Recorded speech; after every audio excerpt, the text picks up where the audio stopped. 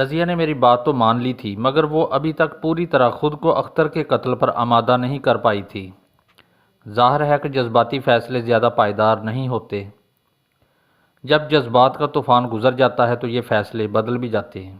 اس لیے ضروری تھا کہ رضیہ کو ذہنی طور پر اس قتل پر آمادہ کرنے کے لیے اس سے مزید ملاقاتیں کی جائیں۔ چنانچہ ملاقاتیں جاری رہیں۔ رضیہ سے ملتے ہوئے شاید وہ چوتھی رات تھی۔ مجھے اس سے باتیں کرتے ہوئے تقریباً پوری رات گزر چکی تھی اور صبح کے آثار نمودار ہونے لگے تھے۔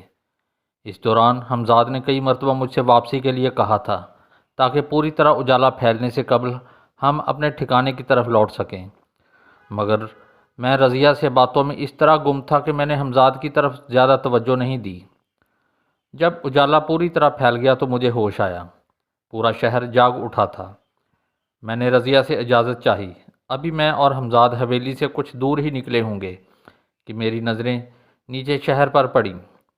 لوگ سڑکوں اور گلیوں میں جمع تھے اور آسمان کی طرف انگلیاں اٹھا اٹھا کر کچھ اشارے کر رہے تھے۔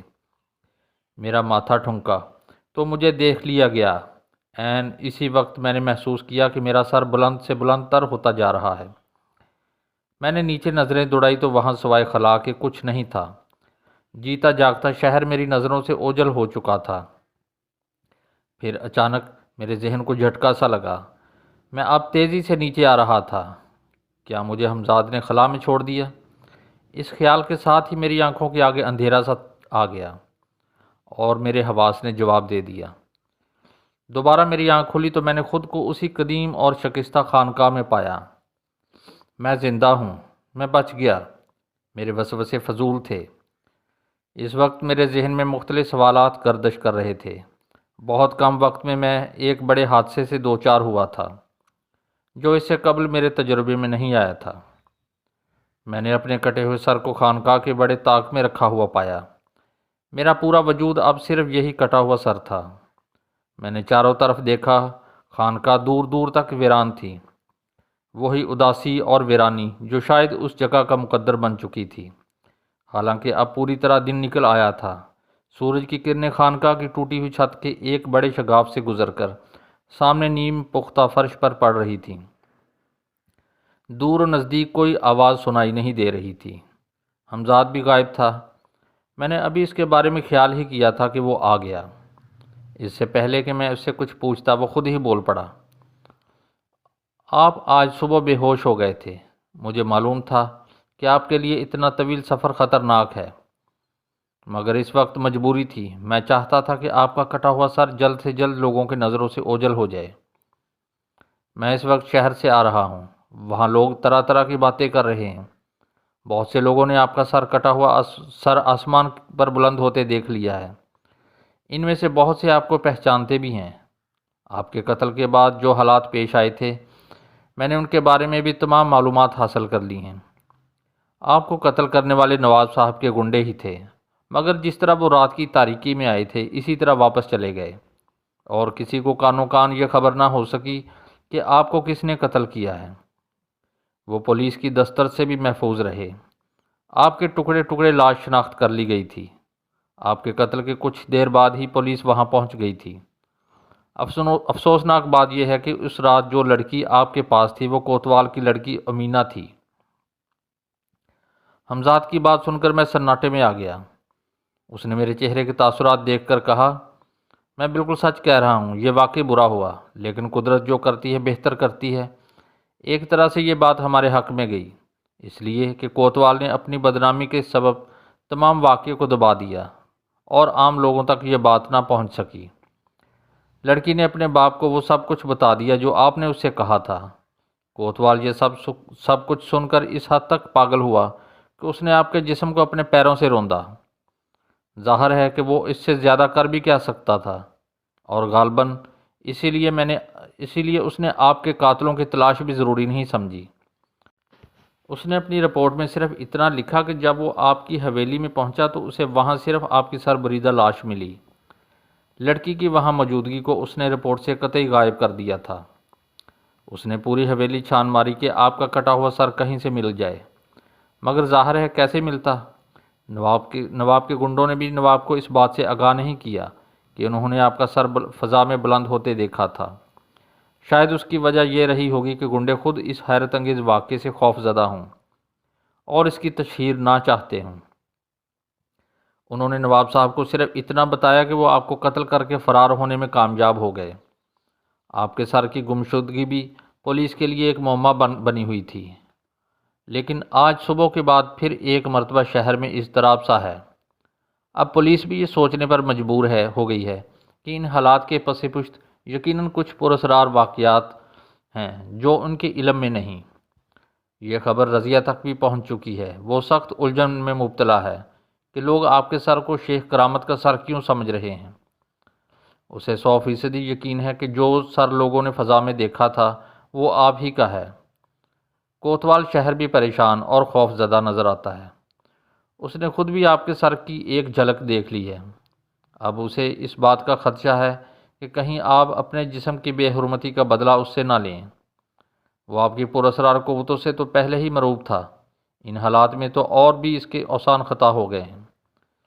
یہ تمام باتیں سن کر میں کچھ دیر کے لیے سوچ میں پڑ گیا۔ حالات بہت تیزی سے نئے رخ اختیار کر رہے تھے، اور اب کوئی بھی غیر محتاط عمل میرے لیے تباہی کا باعث ہو سکتا تھا، کیونکہ حمزاد مجھے بتا ہی چکا تھا کہ اب وہ بھی ان حالات میں میری کچھ زیادہ مدد نہیں کر سکے گا۔ میرا وجود ایک بے جسم کا سر، یہی تو اب میرا سارا وجود رہ گیا تھا، اور اس وجود کی تکمیل کے لیے ابھی مجھے بہت سی منزلوں سے گزرنا تھا۔ سب کچھ میرے لیے نیا نیا سا تھا۔ جن حالات سے میں دوچار تھا وہ کبھی کبھی مجھے یہ سوچنے پر مجبور کر دیتے کہ یہ سب کچھ حقیقت نہیں، صرف ایک بھیانک خواب ہے۔ مگر جب میں اپنے کٹے ہوئے سر کو دیکھتا ہوں تو مجھے مجبوراً ان پراسرار حقیقتوں پر یقین کرنا پڑتا ہے۔ اب سب سے بڑی فکر مجھے اس بات کی تھی کہ میں اس شہر کس طرح جاؤں گا۔ لوگ مجھے دیکھ چکے ہیں، ادھر رضیہ سے ملتے رہنا بھی اتنا ہی ضروری تھا۔ اس پر میرے مستقبل کا دار و مدار تھا۔ اگر رضیہ گڑبڑا گئی، اس کا خیال بدل گیا، اس نے اختر کو قتل نہ کیا، تو کیا ہوگا؟ مجھے جسم کیسے ملے گا؟ میں کب تک ادھورا رہوں گا؟ ان تمام وسوسوں اور خیالوں نے مجھے چکرا دیا۔ میں بہت دیر تک اپنے خیالوں میں کھویا رہا۔ آخرکار میں نے ایک ہی فیصلہ کر لیا ہے۔ میں نے حمزاد سے کہا، میں آئندہ تمہارے ساتھ شہر نہیں جاؤں گا۔ تم خود رضیہ سے ملو گے اور اس کے دل سے وہ تمام خدشات دور کرنے کی کوشش کرو گے جو اسے اختر کے قتل سے روکنے کی کوشش کریں۔ کوشش کرو کہ رضیہ کو کسی طرح یقین آ جائے کہ لوگوں نے جو سر دیکھا ہے وہ ہرگز شیخ کرامت کا نہیں ہے۔ یہ اس لیے ضروری ہے کہ رضیہ ان تمام باتوں کو جھوٹ نہ سمجھے جو میں اس سے پیشتر اسے کر چکا ہوں، یعنی یہ کہ میں کسی اور ہی دنیا کا فرد ہوں۔ اگر اسے یہ یقین ہو گیا کہ وہ سر شیخ کرامت کا تھا تو شاید وہ اختر کے قتل پر آمادہ نہ ہو۔ وہ اختر کے قتل پر صرف اس لیے تیار ہوئی ہے کہ اسے یقین ہے کہ میں قتل کے بعد اسے بحفاظت یہاں سے نکال کر اپنی دنیا میں لے جاؤں گا۔ اور اس بات سے تو تم واقف ہی ہو کہ ایسی کوئی دنیا وجود نہیں رکھتی۔ تمہیں ہر وقت سائے کی طرح رضیہ کے ساتھ لگے رہنا چاہیے تاکہ اس کے قدم کسی بھی مرحلے پر ڈگمگا نہ جائیں۔ آخر وہ ایک لڑکی ہی تو ہے، قدم قدم پر اسے تمہاری رہنمائی کی ضرورت ہوگی۔ لیکن ایک بات سے میں ڈرتا ہوں، وہ یہ کہ اس اجاڑ اور ویران خانقاہ میں کبھی بھی کسی حادثے سے دوچار ہو سکتا ہوں۔ نہ معلوم کیوں مجھے یہ خیال سا ہے کہ میں تمہارے بغیر تنہا یہاں نہیں رہ سکتا۔ دوسرے یہ کہ میں حالات سے باخبر رہنا چاہتا ہوں۔ میں نے اگر تمہیں جلد طلب کیا تو ممکن ہے اس سے کام بگڑ جانے کا خطرہ ہو۔ تم مجھے بتاؤ کہ کیا کوئی ایسی صورت ممکن ہے کہ میں حالات سے باخبر رہوں؟ ہاں ممکن ہے۔ ابھی میں اتنا لاچار اور مجبور بھی نہیں ہوا کہ میں ذرا سی بھی مشکل حل نہ کر سکوں، لیکن یہ ممکن نہیں کہ میں ہر وقت آپ کے پاس موجود رہ سکوں۔ حمزاد نے کچھ سوچ کر جواب دیا، ٹھیک ہے، مجھے منظور ہے۔ تم اس وقت تک رضیہ ہی کے پاس رہو جب تک وہ کام نہ ہو جائے جس پر میری زندگی کا دار و مدار ہے۔ مگر وہ صورت کیا ہوگی کہ میں یہاں رہتے ہوئے بھی تمام حالات سے باخبر رہ سکوں؟ ادھر دیکھیے میری آنکھوں میں، حمزاد بولا، اور اس کے بعد جیسے ہی میری نظریں اس سے ملی تو مجھے محسوس ہوا کہ ایک دودھیا روشنی حمزاد کی آنکھوں سے نکل کے میری آنکھوں میں منتقل ہو گئی ہے۔ مجھے ایسے لگا کہ برف کی دو ٹھنڈی سلاخیں میری آنکھوں میں اتر گئی ہیں۔ کچھ دیر کے لیے میری بینائی قطعی جاتی رہی۔ میں نے گھبرا کر جلدی جلدی پلکیں جھپکائیں۔ کچھ ہی دیر میں میری حالت معمول پر آ گئی اور مجھے حمزاد کا مسکراتا ہوا چہرہ نظر آنے لگا۔ یہ کیا تھا؟ یہ دودھیا روشنی کیسی تھی؟ میں نے حمزاد سے پوچھا۔ یہی وہ پراسرار قوت ہے جس سے آپ یہاں رہ کر بھی ہزاروں میل دور کے واقعات دیکھ سکتے ہیں، اور میں بھی وہاں رہ کر آپ سے بات کر سکوں گا۔ میری خوشی کی انتہا نہ رہی۔ مجھے خیال بھی نہ تھا کہ ان حالات میں مجھے اتنی بڑی اور پراسرار قوت حاصل ہو سکتی ہے۔ مگر یہ سب کچھ ہوگا کیسے؟ میں نے حمزاد سے سوال کیا۔ اس نے بتایا کہ اس کے لیے مجھے صرف اس جگہ کا یا اس وجود کا تصور کرنا ہوگا جسے میں دیکھنا چاہتا ہوں۔ یہ سن کر میرے ذہن سے ایک بڑا بوجھ ہلکا سا ہو گیا۔ کچھ دیر بعد ہی حمزاد مجھ سے رخصت ہو کر رضیہ کے پاس چلا گیا۔ اس کے جاتے ہی مجھے اس پراسرار قوت کے آزمانے کا خیال آیا۔ میں نے حمزاد کا تصور کیا۔ مجھے اپنی آنکھوں کے سامنے بدایوں نظر آیا جس کی عمارتوں کے درمیان حمزاد کا سر فضا میں تیرتا ہوا آگے بڑھ رہا تھا۔ حمزاد جسے دیکھنے کی صلاحیت صرف مجھے حاصل تھی۔ حمزاد فضا میں بہتے بہتے اچانک رک گیا۔ اب اس کا چہرہ میرے روبرو تھا۔ حکم کریں۔ کوئی خاص بات نہیں، تم اپنا سفر جاری رکھو، میں صرف تمہاری دی ہوئی قوت آزما رہا تھا۔ ممکن ہے آئندہ بھی میں کسی وقت تمہیں اور رضیہ کو دیکھنا پسند کروں، اس لیے تم مجھ سے اسی وقت مخاطب ہونا جب میں چاہوں۔ ہاں، مجھے ایک بات یاد آ گئی۔ جیسا کہ تم نے مجھے بتایا تھا کہ رضیہ صرف تمہاری آواز سن سکے گی، لہٰذا تم اس پر کسی طرح یہ ظاہر نہ ہونے دینا کہ رضیہ سے میں نہیں بلکہ تم مخاطب ہو۔ دوسری اہم بات یہ کہ رضیہ تمہارے اور میرے درمیان ہونے والی گفتگو نہ سن سکے۔ لیکن اگر کسی وقت رضیہ کی موجودگی میں مجھے یہ ضرورت پیش آئی کہ تمہیں مخاطب کروں تو مجھے کس طرح جواب دو گے؟ آپ قطعی مطمئن رہیں، رضیہ صرف وہی سن سکے گی جو میں اسے سنانا چاہوں گا۔ میرے اور آپ کے درمیان ہونے والی گفتگو وہ نہ سن سکے گی۔ دوسری بات یہ ہے کہ میں نے اب تک رضیہ کے ساتھ بہت محتاط رویہ رکھا ہے اور اسے یہ شبہ نہیں ہونے دیا کہ میں اور آپ دو الگ وجود ہیں۔ اب تم اپنا سفر شروع کر سکتے ہو، میں نے حمزاد سے کہا۔ اسی لمحے وہ تیزی سے فضا میں تیرتا ہوا ایک طرف نکل گیا۔ اب میں پوری طرح مطمئن تھا کہ حمزاد کی دی ہوئی حیرت انگیز قوت بھی آزما چکا تھا۔ اس کے بعد جو واقعات پیش آئے وہ میں کبھی نہ جان سکتا اگر میرے پاس عجیب و غریب قوت نہ ہوتی۔ میں جب بھی آنکھیں بند کر کے کسی بھی جگہ کا تصور کرتا وہ جگہ میرے سامنے آ جاتی، فاصلے ختم ہو جاتے، اتنے کہ میں سب کچھ سن سکتا تھا، دیکھ سکتا تھا، اور میں نے جو کچھ دیکھا اور سنا وہ اتنا عجیب ہے کہ اگر یہ سب کچھ میرے ساتھ نہ گزرا ہوتا تو میں کبھی اس پر یقین نہ کرتا۔ تصور کی قوت نے مجھے بدایوں میں پہنچا دیا۔ رضیہ اپنے گھر کے باورچی خانے میں برتن مانجتے مانجتے ایک دم چونک پڑی۔ تم میری آواز سن رہی ہو رضیہ؟ حمزاد نے کہا۔ رضیہ کا چہرہ ایک لمحے کے لیے متغیر ہوا، پھر وہ بہت آہستہ آواز میں بولی، اب تم دن میں بھی آنے لگے؟ کیوں؟ کیا تمہیں میرا اس وقت آنا اچھا نہیں لگا؟ حمزاد نے کہا۔ نہیں، رضیہ جلدی سے سنبھل کر بولی، تم رات کو آتے تھے نا؟ اسی لمحے باورچی خانے کے باہر کسی کے قدموں کی چاپ سنائی دی۔ ارے یہ تم کس سے باتیں کر رہی ہے؟ گھنٹہ بھر ہو گیا ابھی تجھ سے ذرا سے برتن نہیں دھلے۔ یہ رضیہ کی ماں زرینہ تھی۔ دھو تو رہی ہوں امی، آخر برتن بھی تو ڈھیر سارے ہیں، رضیہ نے فوراً جواب دیا۔ میں نے اندازہ لگایا کہ زرینہ اپنی بیٹی سے سخت بیزار ہے۔ مجھے اس کی آواز پھر سنائی دی، جلدی سے برتن دھو لے، وہ حرامی کا پلا رو رو کے سارے گھر کو سر پر اٹھائے ہوئے ہے، مجھ سے نہیں بہلتا۔ زرینہ کا اشارہ رضیہ کے بیٹے یا میرے بیٹے کی طرف تھا۔ حرامی پلا، میری اپنی اولاد، میرا اپنا خون حرامی پلا۔ مجھے زرینہ کا لہجہ ناگوار گزرا، لیکن اس میں زرینہ کا کیا قصور؟ رضیہ کا کیا گناہ؟ وہ جن حالات کا شکار ہو گئی تھی خود بھی اس سے بے خبر تھی، مگر اس زمانے میں کسی کنواری لڑکی کا ماں بن جانا اتنا بڑا گناہ تھا جس کا تصور بھی نہیں کیا جا سکتا تھا۔ رضیہ بھی ایک معزز گھرانے کی فرد تھی۔ یہی کیا کم تھا کہ اس کے ماں باپ نے اسے اس کا گلا نہیں گھونٹ دیا، اسے گھر سے نہیں نکالا۔ شاید اس کی وجہ یہ رہی ہو کہ بدایوں میں اس وقت صرف یہی گھر ایسا نہیں تھا جس میں کوئی کنواری لڑکی ماں بن گئی ہو، اس کے علاوہ بھی کئی گھر تھے، کئی معزز خاندان تھے جن کی بیٹیاں میری ہوس کا نشانہ بن چکی تھیں۔ لوگوں کو یقین تھا کہ ان پراسرار اور عجیب حالات میں ان کی بیٹیوں کا کوئی قصور نہیں ہے، مگر یہ سب کچھ جانتے اور سمجھتے ہوئے بھی اپنی تہذیب کے ان رشتوں کو کس طرح جھٹلا دیتے جو ان کے خون میں شامل تھے۔ حالات کچھ بھی رہے ہوں، لیکن اس سے بڑا گناہ ان کی نظر میں اور کوئی نہیں تھا کہ کوئی کنواری لڑکی ماں بن جائے۔ اس لیے ان لڑکیوں کے والدین نہ چاہتے ہوئے بھی اپنی لڑکیوں کے ساتھ سخت رویہ رکھنے پر مجبور تھے۔ انہی میں سے ایک رضیہ تھی جس کی آنکھوں میں اس وقت آنسو تھے، شاید اسے بھی اپنی ماں کا لہجہ ناگوار گزرا تھا۔ زرینہ واپس جا چکی تھی۔ باورچی خانے میں اس وقت حمزاد اور رضیہ تنہا تھے۔ میرا ذہن اس وقت اس معصوم وجود میں الجھا ہوا تھا جس کے باپ کا نام کوئی نہیں جانتا تھا، رضیہ بھی نہیں۔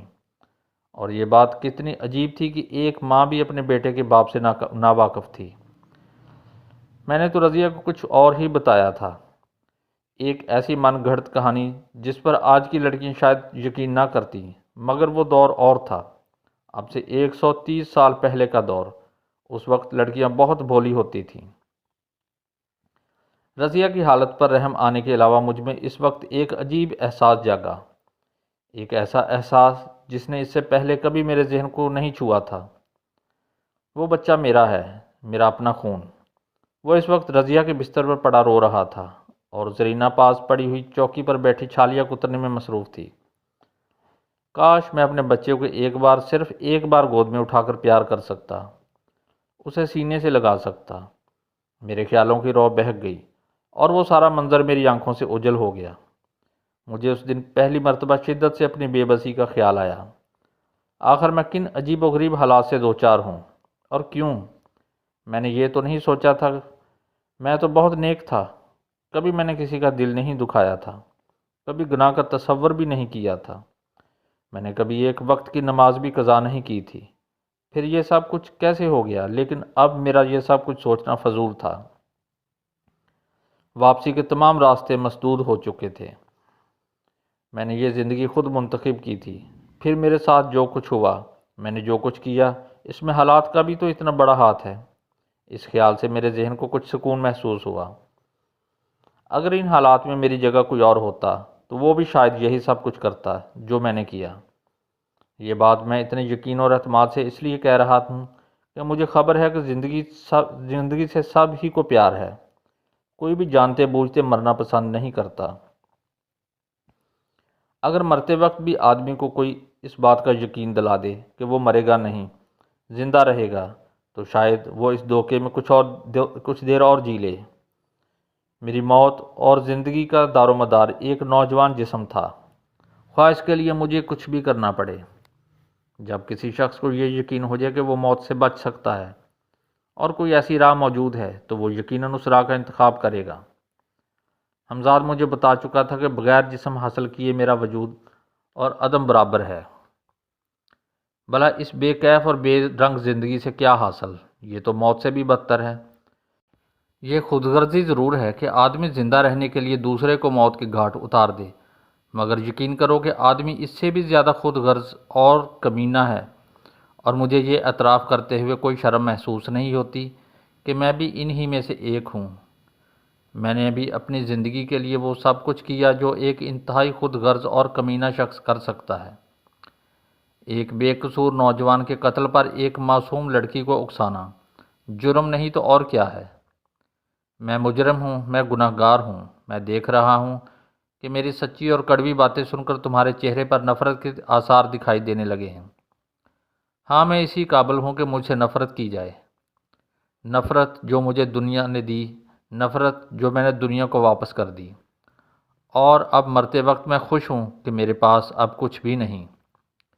میں اپنی ساری محبتیں اور نفرتیں صرف کر چکا ہوں۔ میرے پاس سرگزشت سنانے کے لیے وقت بھی بہت کم ہے۔ موت میری طرف تیزی سے بڑھ رہی ہے، میں اس کے قدموں کی دھمک سن رہا ہوں، اور اس سے پہلے کہ وہ مجھ تک پہنچ جائے میں چاہتا ہوں کہ تمہیں اپنی تمام سرگزشت سنا دوں۔ تو سنو، یہ آواز تم پھر کبھی نہ سن سکو گے۔ وہ تمام دن اسی اضطراب اور اسی بے قلی میں گزرا۔ گناہ ثواب کی کشمکش نے میرے وجود کو جھنجھوڑ کے رکھ دیا۔ تصور کی بے پناہ پراسرار قوت نے مجھے پھر حقیقت کی دنیا میں دھکیل دیا۔ میں دیکھ رہا تھا کہ رضیہ بھی اپنے بچے کو گود میں لیے دودھ پلا رہی تھی، اور حمزاد اس کے قریب ہی تھا، جس کی صرف آواز ہی وہ سن سکتی تھی۔ رات ہو چکی تھی اور رضیہ اپنے کمرے میں دودھ پلاتے پلاتے بچے کو تھپک تھپک کر سلانے کی کوشش بھی کر رہی تھی۔ کمرے میں لالٹین کی مریل روشنی پھیلی ہوئی تھی۔ رضیہ کی ماں زرینہ اپنے کمرے میں سونے کے لیے جا چکی تھی۔ حویلی میں دور دور تک سناٹا پھیلا ہوا تھا۔ تم نے دیکھی میری زندگی، میں کتنے عذابوں میں سفر کر رہی ہوں، رضیہ نے کہا۔ ہاں، میں نے سب کچھ اپنی آنکھوں سے دیکھا۔ تم بہت صبر کرنے والی لڑکی ہو۔ تم نے واقعی غیر معمولی برداشت کا ثبوت دیا، اور میں جانتا ہوں کہ اس کا ذمہ دار میں ہوں۔ میں نے تمہیں اسی جہنم میں دھکیلا ہے، مگر یقین کرو رضیہ، میں ہی تمہیں اس جہنم سے نکالوں گا بھی۔ حمزاد اسے کہہ رہا تھا، تم بہت جلد ہمیشہ ہمیشہ کے لیے ان عذابوں سے چھوٹ جاؤ گی۔ بس ذرا سے صبر اور ہمت کی بات ہے۔ میں اچھی طرح جانتا ہوں کہ تم نے میری محبت پر سب کچھ قربان کر دیا ہے، لیکن تمہیں یہ قربانی مہنگی نہیں پڑے گی۔ اور اچانک رضیہ کو کچھ خیال آیا اور اس نے حمزاد کی بات کاٹ کر پوچھا، صبح ابو جان کہہ رہے تھے کہ شیخ کرامت کا سر لوگوں نے آسمان پر اڑتا ہوا دیکھا ہے۔ میں یہ بات تم سے پوچھنا بھول ہی گئی کہ یہ کیا معاملہ ہے۔ مجھے اچھی طرح یاد ہے کہ اس وقت تو تم ہی میرے پاس سے گئے تھے۔ شاید تمہارے علم میں ہو کہ شیخ کرامت کا قتل کتنے پراسرار حالات میں ہوا ہے۔ تم نے اس کے بارے میں سنا ہوگا۔ اس کا سر بھی نہ جانے کس طرح لاش سے غائب ہو گیا تھا۔ پولیس کو تلاش کرنے کے باوجود اس کا سر نہ مل سکا، اور نہ ہی قاتلوں کا کچھ سراغ ملا۔ یہ تمام باتیں مجھے اپنی پراسرار قوتوں سے معلوم ہوئی ہیں۔ میں تم سے خود اس مسئلے پر بات کرنے والا تھا۔ دراصل لوگ ابھی تک اس خوفناک واقعے کو نہیں بھولے ہیں۔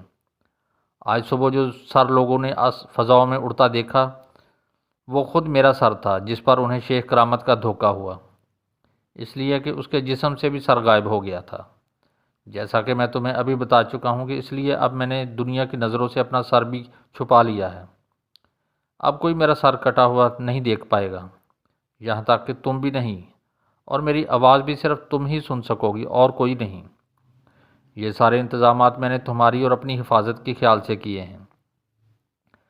تم خود سوچو کہ تمہاری دنیا کے ایک فانی شخص کا سر کس طرح فضا میں اڑ سکتا ہے، اور وہ بھی اس وقت جب کہ اسے مرے ہوئے بھی خاصا عرصہ ہو چکا ہے، حمزاد نے رضیہ کو سمجھایا۔ رضیہ کے چہرے پر حمزاد کی باتیں سن کر کسی قدر اطمینان نظر آیا۔ وہ بولی، تم ٹھیک کہتے ہو، لوگوں کو یقیناً تمہارے سر پر شیخ کرامت کا دھوکہ ہوا ہے۔ اس رات دیر تک حمزاد رضیہ کو ہموار کرتا رہا۔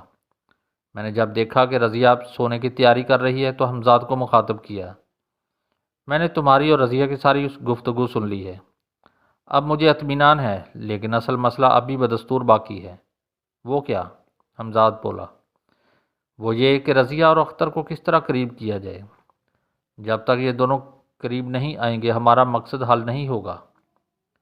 یہ مسئلہ بہرحال ہے، اس لیے کہ میری معلومات کے مطابق اختر کے والدین نے اس پر یہ پابندی عائد کر دی ہے کہ وہ رضیہ کے گھر نہیں جائے گا۔ یہ بات اس وقت کی ہے جب رضیہ نے آپ کے بچے کو جنم دیا تھا۔ دونوں خاندان میں اس بات پر مسئلہ پر کشیدگی ہے، یہاں تک کہ رضیہ کی ماں زرینہ کا آنا جانا بھی اپنے بھائی کے یہاں ختم ہو گیا ہے۔ یہ تو میں آپ کو بتا ہی چکا ہوں کہ اختر رضیہ کا ماموزاد بھائی بھی ہے، اور یہ رشتہ بچپن سے طے تھا، مگر درمیان میں یہ تمام ہنگامہ ہونے کے سبب سارا معاملہ بگڑ گیا۔ خیر، کوئی ترکیب تو سوچنی ہی پڑے گی۔ حمزاد کے چہرے پر مجھے فکر مندی کے آثار نظر آئے۔ تم ایسا کیوں نہیں کرتے کہ کسی طرح رضیہ ہی کو اس بات پر آمادہ کرو کہ وہ کوئی رستہ نکالے؟ جب وہ اختر کے قتل پر آمادہ ہو گئی ہے تو یقیناً اس کے ذہن میں کوئی نہ کوئی ایسی صورت ہوگی کہ وہ اختر سے مل سکے۔ میں نے کہا، ان حالات میں تو یہی ممکن ہے۔ ہمیں بہرحال رضیہ پر ہی بھروسہ کرنا پڑے گا، ورنہ اور کوئی تدبیر فی الحال سمجھ نہیں آتی۔ اس وقت تو رضیہ تقریباً سو چکی ہے۔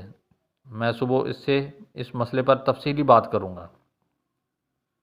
بہرحال آپ مطمئن رہیں، میں کوئی نہ کوئی ایسا راستہ پیدا کر ہی لوں گا۔ حمزاد نے مجھے یقین دلایا۔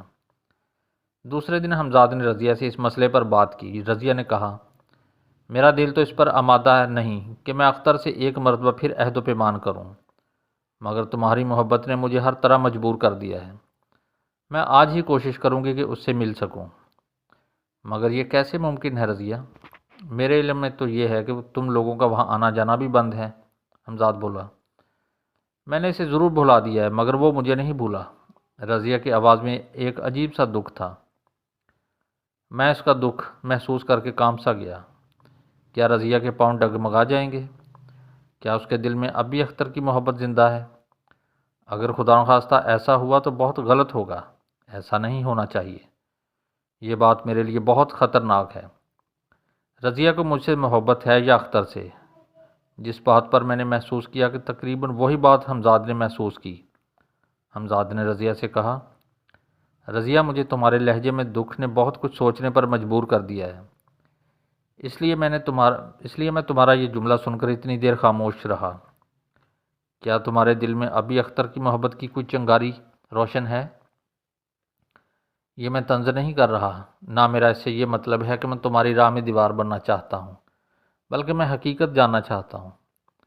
یہ لمحہ میرے لیے بہت صبر آزما تھا، اس لیے کہ رضیہ کے جواب پر میری آئندہ زندگی کا انحصار تھا۔ میں دم سادے سب کچھ دیکھتا اور سنتا رہا، ہر چند کہ میں اس وقت رضیہ اور حمزاد سے میلوں دور ایک اجاڑ خانقاہ میں تھا، مگر میرے سامنے سب کچھ اس طرح تھا جیسے کوئی فلم دیکھ رہا ہو۔ حالانکہ اس زمانے میں فلم کا تصور بھی نہیں تھا، مگر آج کے زمانے میں یہ بات کچھ سمجھنا دشوار نہیں۔ فرق صرف یہ تھا کہ لوگ فلم کے کرداروں سے بات نہیں کر سکتے، اور میں حمزاد سے بات بھی کر سکتا تھا۔ یہ بات میں نے تمہیں اتنی تفصیل سے اس لیے سمجھائی ہے کہ تم میری سرگزشت سن کر الجھن کا شکار نہ ہو جاؤ۔ یوں سمجھ لو کہ میں رضیہ اور حمزاد کے پاس ایک طرح سے موجود بھی تھا اور نہیں بھی تھا۔ موجود اس طرح کہ جب میں چاہتا حمزاد سے ہم کلام ہو سکتا تھا، اور غائب اس طرح کہ مادی طور پر میں سے میلوں دور تھا، لیکن اتنے فاصلے کے باوجود بھی اس کا لمس محسوس کرنے کا اہل تھا۔ اس دن بھی جب حمزاد نے رضیہ سے وہ سوال کیا جس نے مجھے بے چین کر دیا، میں حمزاد کے اتنا ہی قریب تھا جتنا تم مجھ سے، اس لیے جب حمزاد کی نظریں مجھ سے ٹکرائیں تو وہ کچھ اور فکر مند ہو گیا۔ اسے احساس تھا کہ اس وقت مجھ پر کیا گزر رہی ہوگی۔ رضیہ حمزاد کی بات سن کر کچھ دیر خاموش رہی، پھر ٹھنڈی سانس بھر کے بولی، تم نے مجھے غلط سمجھا، لیکن مجھے اس کا کوئی ملال نہیں، اس لیے کہ میں جانتی ہوں کہ مرد کی فطرت میں شک کرنا شامل ہے۔ میرا مطلب اس جملے سے کچھ اور تھا۔ میں تمہیں کچھ اور بات بتانے والی تھی جسے تم نے سننے سے پہلے ہی مجھ پر شک ظاہر کر دیا۔ مگر نہیں، یہ بات ہرگز نہیں، حمزاد نے جلدی سے کہا، بلکہ بات دراصل یہ ہے کہ میں تمہیں اداس نہیں دیکھ سکتا۔ اداسی تو میرا مقدر بن چکی ہے، رضیہ بولی، اور میں تمہارا مقدر بدل دینا چاہتا ہوں۔ کون جانے کیا ہو، بہرحال جو بھی ہو، لیکن ایک بات میں تمہیں ضرور بتا دینا چاہتی ہوں، عورت جب ایک مرتبہ خود کو کسی کی باہوں کے سپرد کر دیتی ہے تو پھر وہ نہیں بدلتی۔ عورت کی سب سے بڑی دولت اس کی عصمت ہوتی ہے، عصمت جسے میں تمہارے سپرد کر چکی ہوں۔ اب میں کسی اور کی نہیں ہو سکتی، چاہوں بھی تو نہیں۔ کاش تم میرے اندر جھانکنے کی کوشش کی ہوتی، پھر ممکن تھا تم مجھ سے یہ سوال نہ کرتے۔ رضیہ، اگر میری اس بات سے تمہارے دل کو دکھ پہنچا ہے تو میں معافی چاہتا ہوں۔ میرا مقصد ہرگز یہ نہیں تھا۔ مجھے تمہاری محبت پر پورا اعتماد ہے، اور اسی اعتماد اور بھروسے سے میں نے تم سے اپنی زندگی کی بھیک مانگی ہے۔ تلخیوں کو بھول جاؤ اور بس اتنا یاد رکھو کہ بہت جلد ہم ایک نئی دنیا کے سفر پر روانہ ہو جائیں گے۔ وہ دنیا ہماری اپنی ہوگی، محبت کی دنیا، مسرتوں اور حسین خوابوں کی دنیا، جہاں موت نہیں، زندگی ہی زندگی ہے۔ میں نے دیکھا کہ حمزاد کی باتیں رضیہ کے دل پر اثر کر رہی تھیں۔ اس کی آنکھوں میں چمک لوٹ آئی ہے جو ابھی کچھ دیر پہلے غائب ہو گئی تھی۔ وہ بولی، کتنے حسین ہیں یہ خواب! یہ خواب حقیقت بھی بن سکتے ہیں، بشرطے کہ تم ہمت سے کام لو، حمزاد نے مطلب کی بات بڑھاتے ہوئے کہا۔ ہاں، میں تم سے وعدہ کر چکی ہوں، اور تم دیکھو گے کہ تمہاری رضیہ تمہارے لیے کیا کر سکتی ہے۔ رضیہ نے کہا، پھر کچھ لمحے خاموش رہ کر بولی، میں نے تم سے کہا تھا کہ میں نے اختر کو ضرور بھلا دیا ہے، مگر وہ مجھے نہیں بھولا۔ اس کا ثبوت تمہیں بھی بہت جلد مل جائے گا۔ تم حویلی کے پچھواڑے ہمارا باغ تو دیکھ ہی چکے ہو۔ ہاں، میں نے دیکھا ہے، حمزاد نے جواب دیا، بہت خوبصورت ہے۔ یہ باغ برابر والی حویلی تک پھیلا ہوا ہے۔ تم جانتے ہو برابر والی حویلی میں کون رہتا ہے؟ ہاں، یہ تو میں بھول ہی گیا تھا، تم ٹھیک سوچ رہی ہو۔ حمزاد نے رضیہ کی ہاں میں ہاں ملائی۔ لیکن ابھی تم نے میری بات پوری نہیں سنی۔ ہمارے ماموں برابر والی حویلی میں ہی رہتے ہیں۔ ہمارے گھر آنے جانے کے لیے ماموں نے اختر پر پابندی عائد کر دی ہے۔ اس بات کو تقریباً 6 مہینے ہو رہے ہیں، لیکن ان 6 مہینوں میں شاید کوئی دن بھی ایسا نہیں گزرا کہ اختر نے مجھے اور میں نے اختر کو نہ دیکھا ہو۔ وہ روز شام کو باغ میں آ جاتا ہے اور گھنٹوں اس بات کا منتظر رہتا ہے کہ میں اسے کھڑکی میں کب نظر آؤں۔ اس بات سے صرف میں ہی واقف ہوں۔ وہ ٹکٹکی باندھے کھڑکی کی طرف دیکھتا رہتا ہے۔ اکثر ایسا ہوتا ہے کہ میں اسے دیکھ کر کھڑکی بند کر دیتی ہوں۔ میں وہ دن کبھی نہیں بھول سکتی جب پہلی مرتبہ میں نے ایسا کیا تھا۔